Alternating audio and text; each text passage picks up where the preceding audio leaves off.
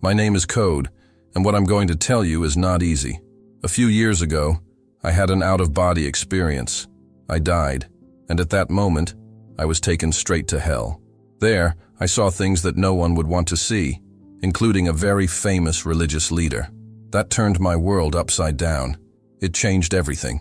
Since I was little, my life has been full of ups and downs. I started using drugs very early, when I was just 10 years old. My parents had no idea, of course. Who would have thought that a child so young was already smoking substances? It was easy to hide. I grew up in a tough neighborhood, full of figures you could call gangsters, or something like that. I spent a lot of time at their house, and that's where I started drinking too. But even after all this, something inside me still tried to pull me in another direction. Sometimes I even said to them, "We need to stop. It's in the Bible, you know." I grew up in a Christian home. I knew who God was. I knew the power of the name of Jesus. But at the same time, since I was very little, I was tormented by demons. I could barely sleep with the lights off. I left the lamp on and the door open until I was 17 or 18. It was a constant torment. And I knew that all of this was real, that it was written in the Word.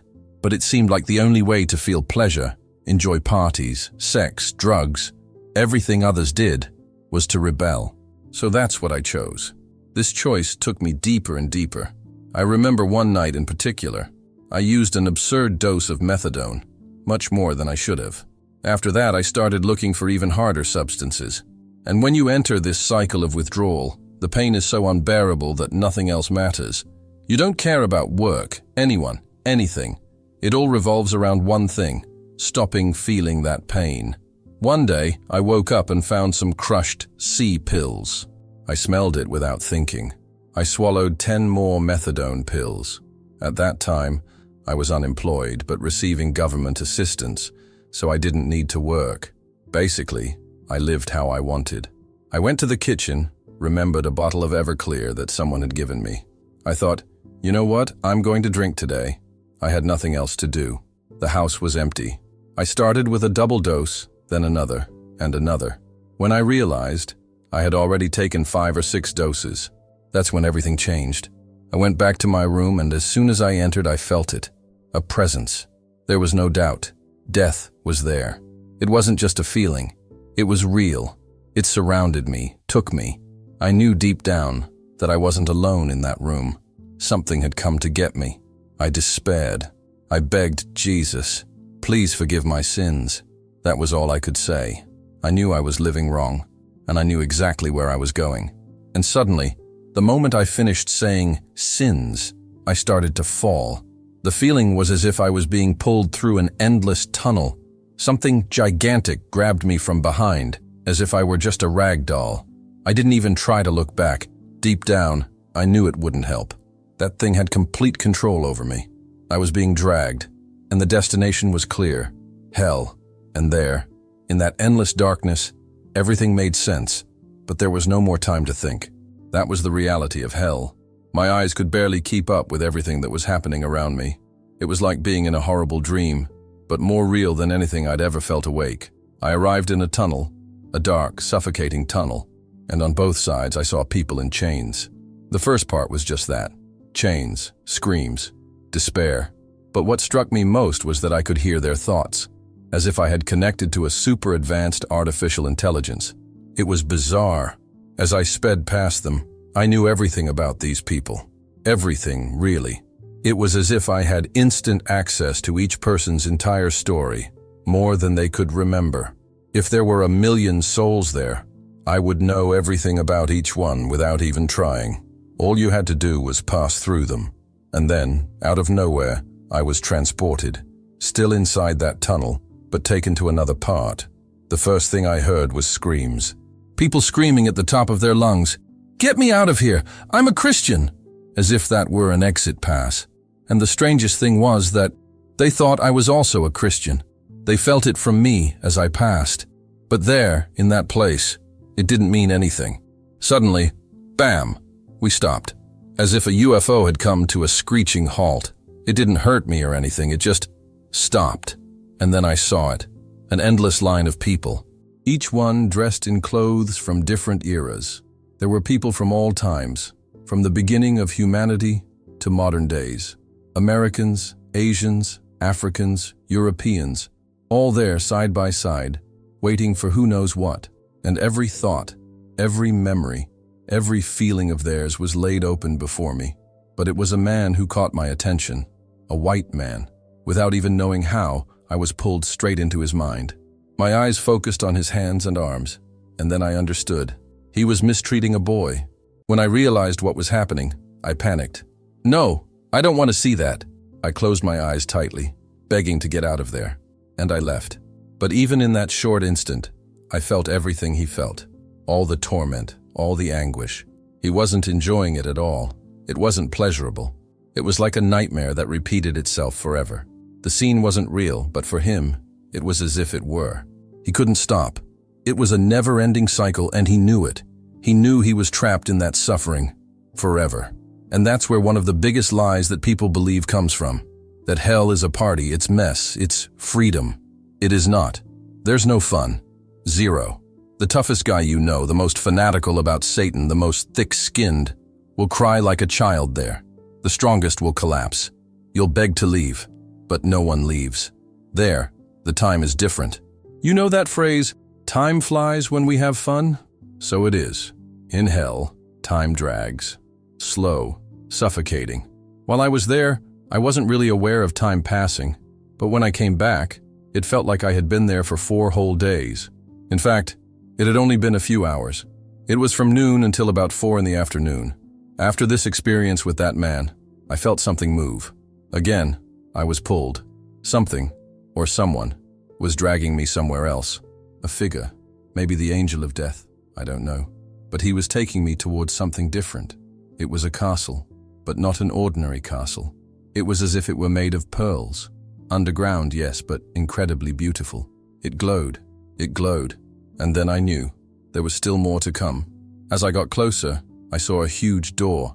It looked like it was straight out of a medieval movie, like the ones in King Arthur's castles. It was made of solid dark wood, with one of those iron rings, like the ones you see on the snout of bulls. Just looking at it, you could feel the weight of the place. We got close, and the door just opened. Nobody pushed. It just opened itself. And inside, everything was bright, illuminated, even beautiful. But when I walked through that light, I ended up in a long, dark hallway. To the left and right, prison cells. Lots of. A heavy silence filled the air. It was at that moment that something happened that I don't even know how to explain. It was as if all the information from that place started to fall inside me, straight into my spirit. I didn't read it. No one said it. But you knew. It was a different, absolute knowledge. There was no room for doubt, nothing to question. It was solid. It was as if it had been tattooed on me. You knew. That was the part of hell where the false leaders were, the false prophets. People who, instead of leading others to Jesus, pushed them away. And for that, they took people with them to hell. Any religion that denies Jesus as the only way was represented there, and those who deceived others, saying, "This is the way," when it wasn't. This castle was their destination. It was as if this place said, "You fooled thousands? Then welcome to what you deserve." If I wanted to, I could know anything. Like, what color is the roof of this castle? And the answer would come. It was all so accessible, but I didn't want to know. I wasn't interested in the details. I just wanted to understand what was happening to me. And mainly, where was I going? I continued to be guided. The angel of death, or whatever that entity was, still pulled me. I had no control. It was a puppet. No strength, no voice. Just fear. A fear that chilled the soul. I passed several cells. Some didn't even have doors. People there could leave, but they didn't. They seemed trapped on the inside, not the outside. They wore all kinds of clothes. I even saw a man dressed like a monk, but I didn't stop. I didn't investigate. I didn't look much. I was focused on what would come next, because fear was greater than curiosity. In the middle of that silent and harrowing walk, something, or rather somebody, caught my attention. He was a different man. He wore old clothes, similar to Abraham Lincoln's, like 19th century colonial times, and that stopped me. I don't know why. There was something about him. I didn't just see him. I went pulled for him. Instead of just observing from the outside as I did with the others, I went straight into his mind. I was thrown in there, as if I was connected to his trance. He was there, standing still, eyes closed, muttering things under his breath. I entered that state with him. And look, it didn't seem like an imaginary place. It wasn't a dream. It was real as everything I've experienced so far. It was like that moment was really happening, like I was living that with him, not just observing. And it was there that something even deeper began to reveal itself. When I entered that trance with the man, everything suddenly changed. We were no longer in that dark castle, nor in the corridor with the cells. Now we were outside, in a place lit by a warm, welcoming sun. The sky was blue, the birds were singing, the wind was gentle. For a second, it felt like peace. He was there, standing there, a little confused, with his foot brushing the grass as if he was testing if it was real. And honestly, it really looked like it, the kind of bright green grass that sways in the wind. I looked and thought, where are we? This isn't hell anymore. It seemed like good news. For a moment, I almost believed it was all over, but something inside me said it wasn't quite like that. And then I started to hear his thoughts. It was as if he was trying to convince himself, I'm home. This is my garden. I'm home. But you could feel that something was wrong. It was as if it was déjà vu, as if he had been there before, but didn't remember exactly. Little by little, he saw a simple house, 2 stories, aged wood, kind of like an old barn, nothing else. But when he looked at her, he thought again, it's my home. It's here. And then he started walking faster, as if he were excited. And soon he was running towards the house, like someone returning from a long journey. That's when the atmosphere changed.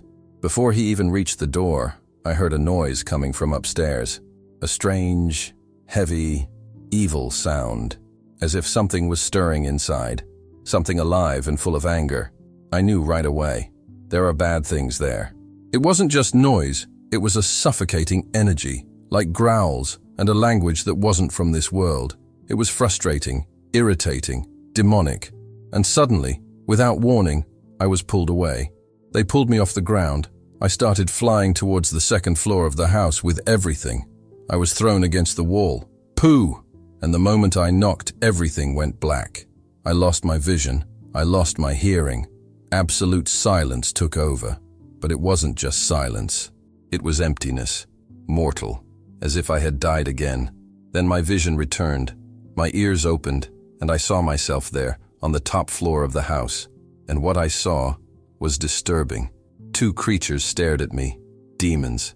They had faces similar to crocodiles, but deformed, grotesque, covered in thick goo. They reminded me a little of those gargoyles from Hunchback of Notre Dame, only much worse. A cross between a crocodile and a slug. Something so disturbing that it hurt to look at. They spoke in a language that seemed to be spat from the depths. I couldn't repeat it, nor remember it. A heavy, wet sound, full of saliva and hatred. And even though I didn't understand the words, I knew. I felt what they wanted. They were frustrated, arguing, trying to understand how to make the man, the one outside, go up to the top floor. They wanted him to come in. They wanted him to go past the door and go upstairs. I looked at the stairs, expecting to see him coming. But something bizarre happened. I could see all at the same time. I saw the inside of the house, the upstairs with the demons, and at the same time I saw through from the wall. I saw the man still outside, standing at the door, confused. It was like having 2 overlapping views, and neither one got in the way of the other. It was spiritual, totally outside of human logic. He was there, standing on the threshold, with a lost look, as if he was trying to remember something. That feeling of déjà vu was still in him, strong, but now it was different. He felt something was wrong. Fear took over. He no longer believed that this was his home.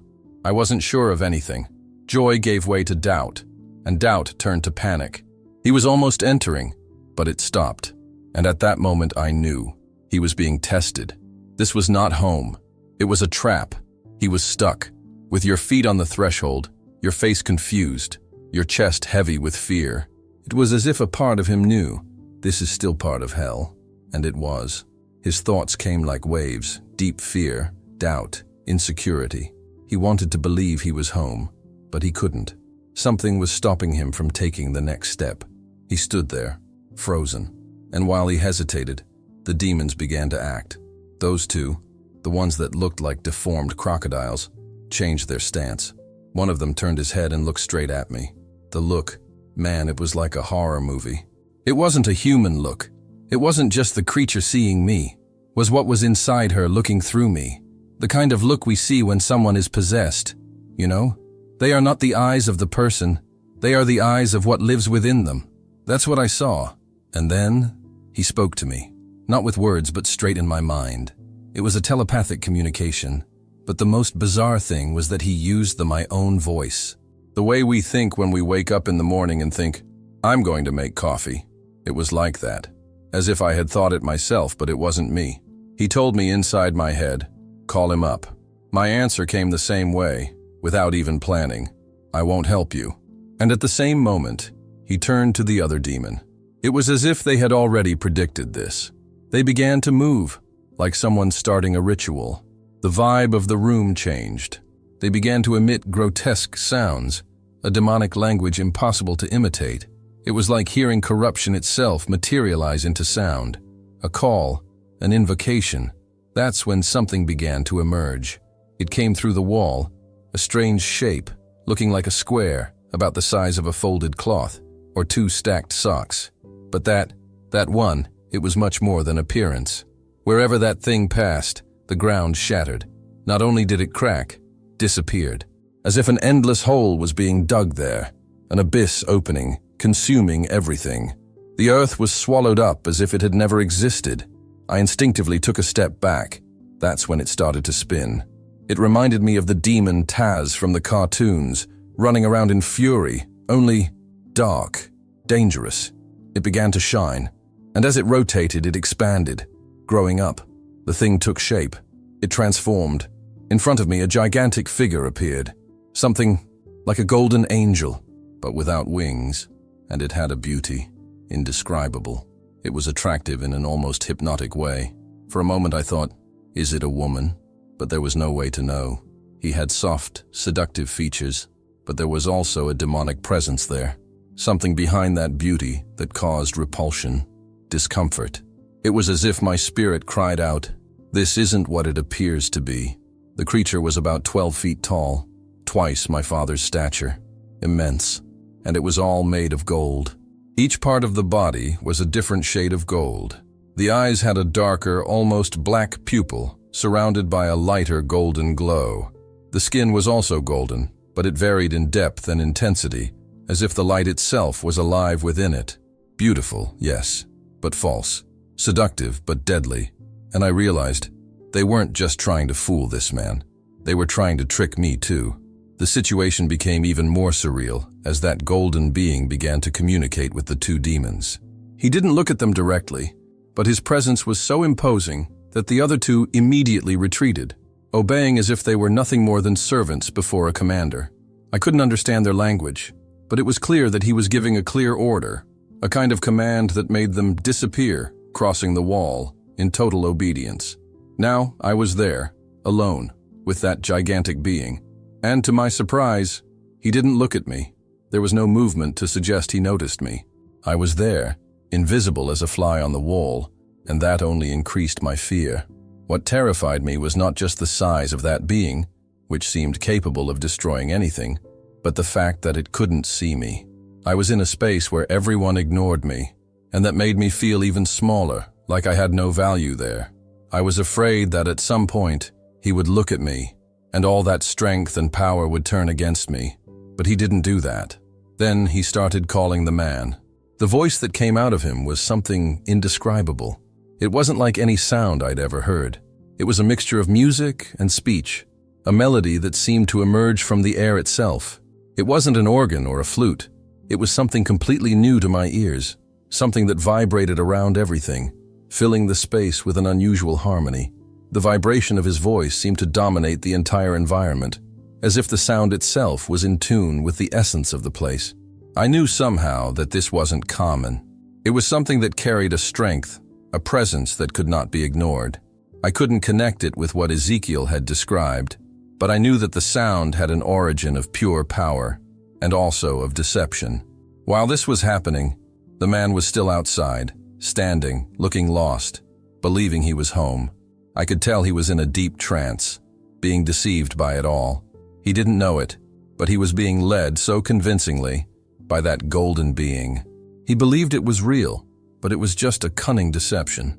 The wonderful voice echoed once again, and I heard the sound of the door opening, as if the house was disintegrating to the sound of that music. The man then began to climb the stairs quickly, as if something attracted him.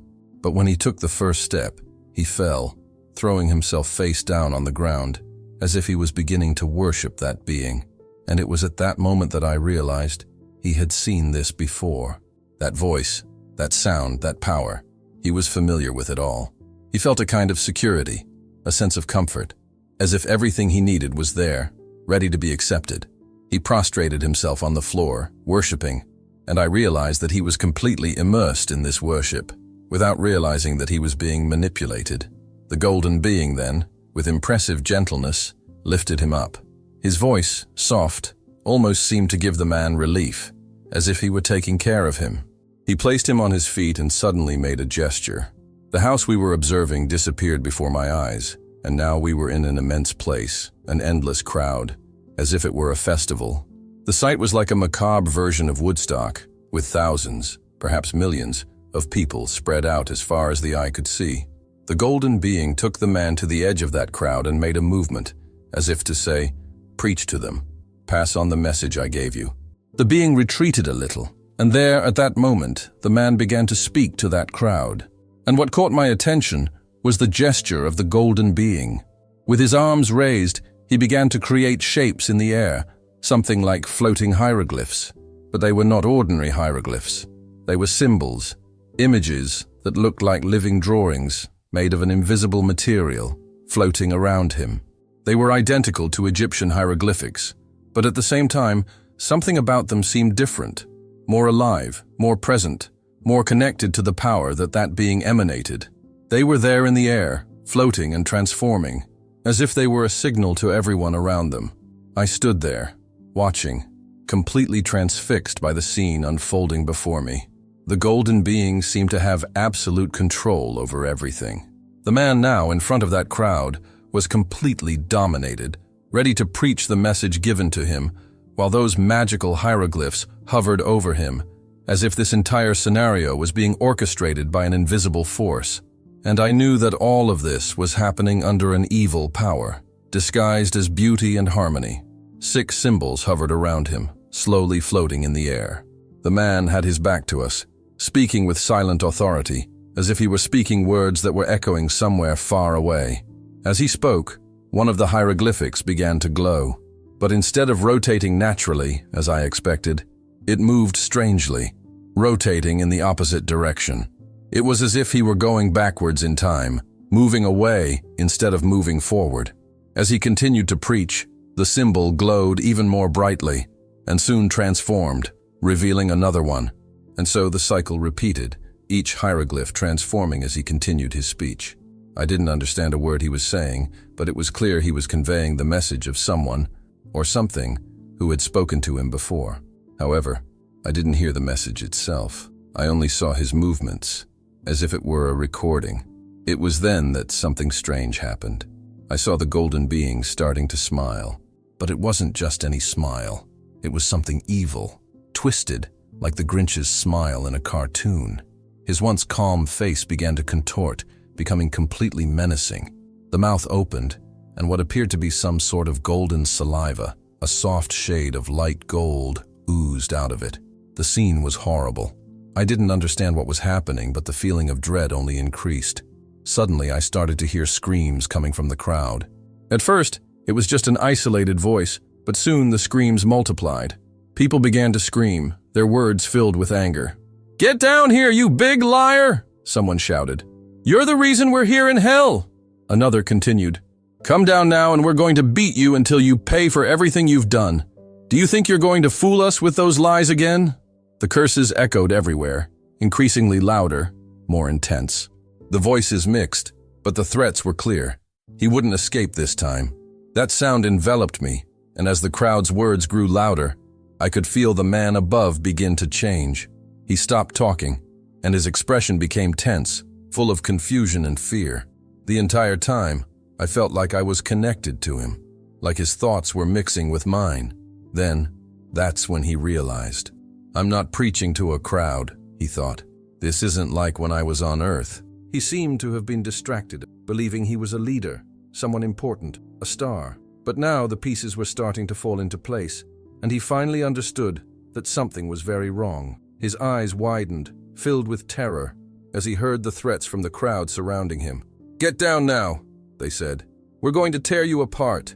He could hear every word, and the fear only grew on his face. Meanwhile, I watched. Everything around me, the angel, the crowd, the tension in the air.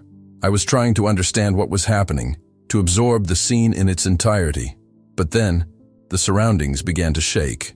Something seemed to be moving, perhaps a shelf falling or a picture being knocked over. The sound scared me. A chill ran down my spine, and instantly the feeling of fear invaded me. Without warning, I was sucked upwards, as if I were being taken to the moon. My body floated, and I saw the angel again, more distant now, as everything around me began to disappear. The man was preaching to a huge crowd, an endless mass of people that stretched as far as the eye could see. The house around him was collapsing, like a scene from a movie, something like what I saw in The Wizard of Oz when everything starts to collapse. I was so immersed in that vision that I lost a little focus on what was happening, but nevertheless, the man continued to speak to that sea of faces. The people's fury was palpable, and he was beginning to realize it. It was then that he stopped talking. The atmosphere seemed to change the instant he fell silent. From the back of the crowd, something strange began to happen. Two crocodile-like creatures appeared. They had disappeared before, but now they were back. The golden angel had sent them to fulfill a task, and they were there, with a dark purpose.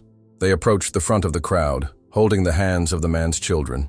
The child that struck me the most was a small girl, wearing a simple dress, holding a teddy bear. She looked at the man and said with devastating purity, "Daddy, why did you lie to us?" At that moment, the man, the false prophet, was shaken by a wave of regret and hopelessness. I felt it so intensely that I started to choke, as if I was about to vomit. The weight of regret was crushing. He began to understand for the first time the gravity of the situation he found himself in. He realized that he was in hell, that his family was also there, and that he would never leave that place again. It was as if a ton of bricks had fallen on him. The impact of the pain and guilt was so great that the crushing sensation felt physical. While I was fighting the anguish and barely breathing, something strange happened. The environment began to change. Suddenly we were back in the garden, as if time had gone backwards. I was there with him, watching him touch the grass, trying to see if it was real, like I was living the same moment over and over again, like it was Groundhog Day. The cycle seemed to start again, and he was being deceived again, led to believe that he was not in hell. This, I understood, was part of his torment, putting him in that illusion only to then crush him with reality, with the guilt, with the pain of knowing where he really was. When I realized that the cycle was starting again, a feeling of despair came over me. I didn't know how, but something suddenly changed. I was pulled out of that scene, not really knowing what was happening.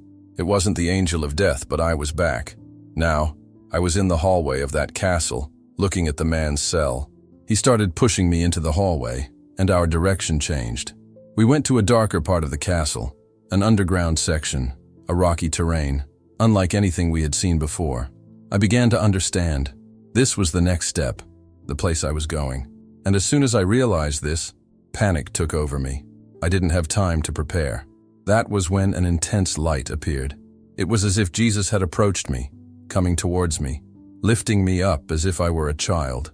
I can't quite describe it, but it was as if he had picked me up, lifting me up from under my feet, placing me very close to his chest. I knew without a shadow of a doubt that it was Jesus. He was the light of salvation. As I stood up, everything became clear, and an intense glow illuminated everything around me. And suddenly, I found myself falling to the floor of my house, as if I was waking up from a nightmare. When I fell to the floor of my house, I was not with Jesus, nor with the angel of death, nor with anyone. I was there, alone, on my own floor, coming back to life, but completely traumatized. The feeling of being back was surreal.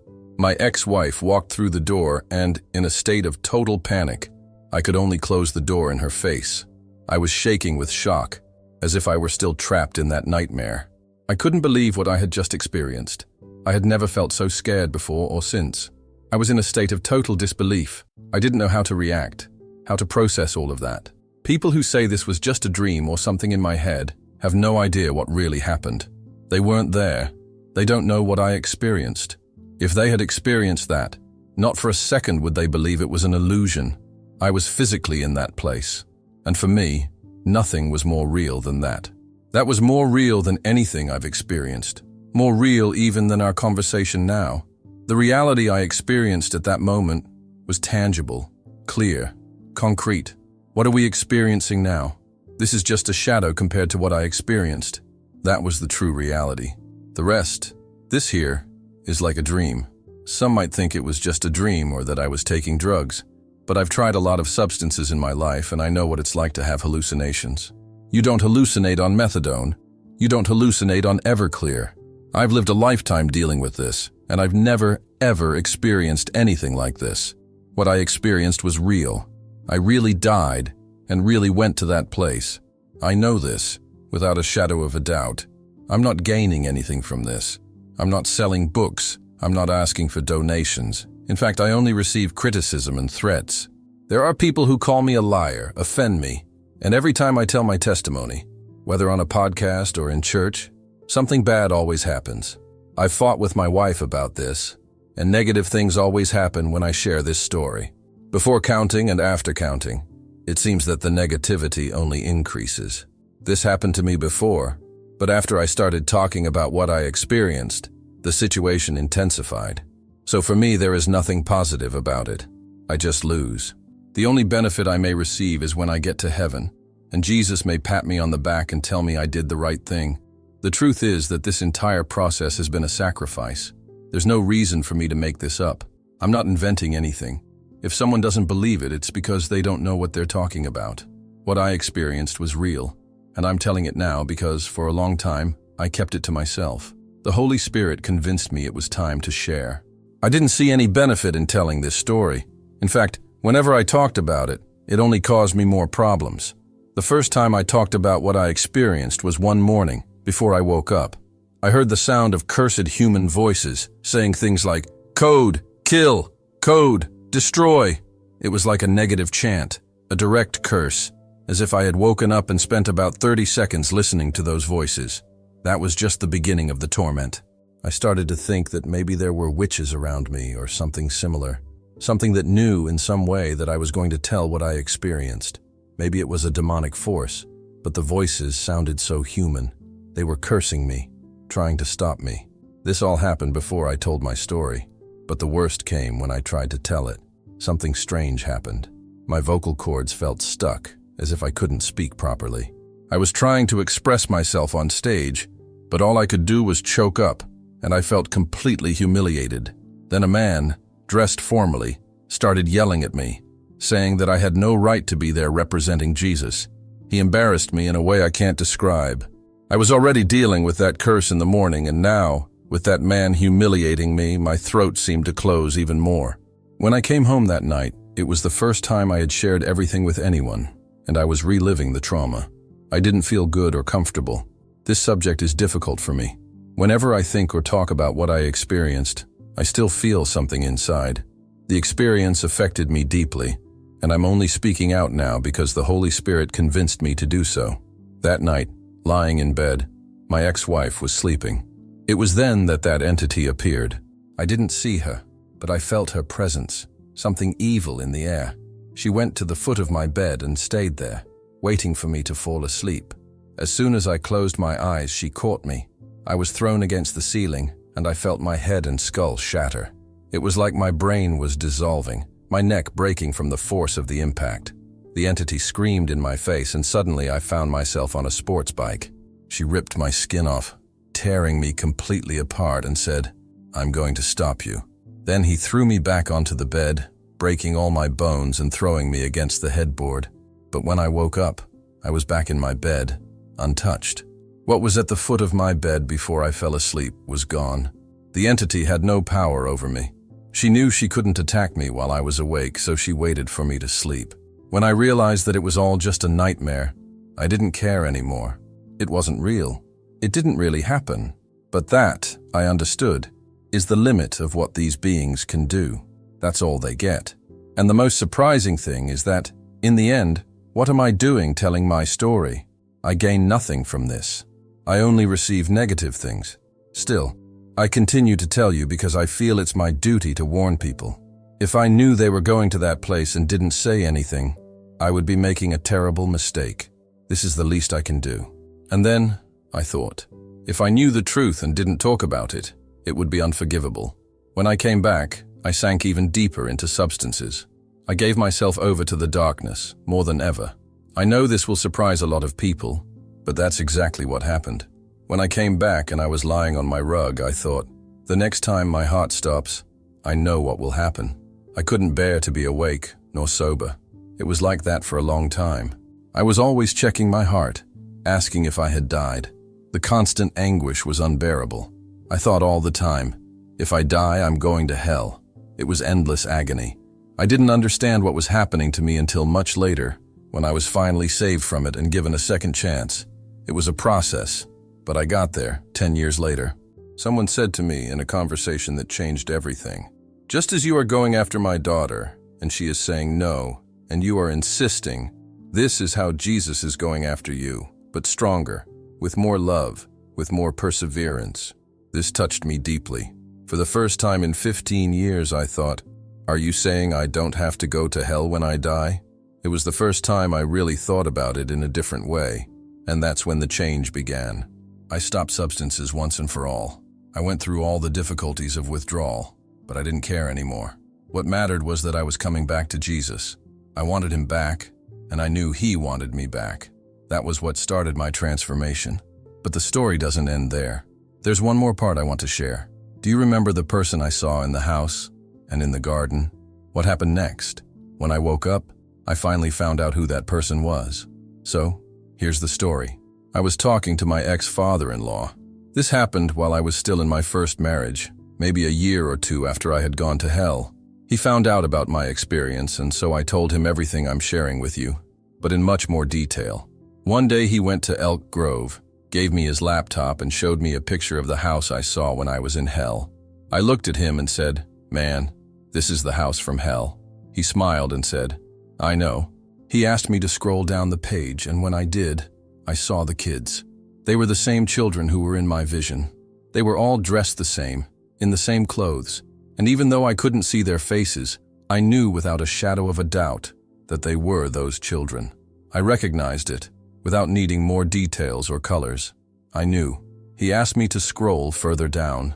When I did that, I saw the man. I recognized him immediately. I knew him better than I knew his own mother. I spent at least 4 hours reading his thoughts, feeling what he felt. I knew everything he was thinking, feeling. I felt what he felt when he was on stage, preaching. I knew how he really liked it. And that man was Joseph Smith, the founder of the Mormon Church. I only discovered this later, and I want to make it clear that I have nothing against Mormons. In fact, I have nothing against anyone. But that experience was the key to understanding everything that was happening. And I felt a connection with that person in a way I couldn't have imagined. If I were going to choose someone famous to see in hell, maybe I would have preferred to see someone like Bill Gates. I don't know. Someone better known, more intriguing to me. When you tell me about Joseph Smith, I had no idea who he was. It was just a name, something that didn't make sense. But my father patiently explained to me who he was and who I had seen. I ended up moving to Idaho, and to my surprise, there are a lot of Mormons there. Then it all started to make more sense, but I still thought, man, I would have preferred to see anyone else, someone more fascinating. If I were to choose someone to go to hell with, it definitely wouldn't be this guy. I didn't know anything about Joseph Smith. I had no connection to Mormonism. I had no history with it. But after listening to the explanations, I recognized it. I knew Joseph Smith better than anyone else. And the most amazing thing is that he died long before I was born. But I know about him in a way that no one else does. I know him on a deeper level than his mother. I know this might irritate some people, but it's the truth. Now, for those who don't know the story of Joseph Smith, he claimed to have been visited by an angel of light, who handed him some tablets and told him that that was the only true religion and that all the others were wrong.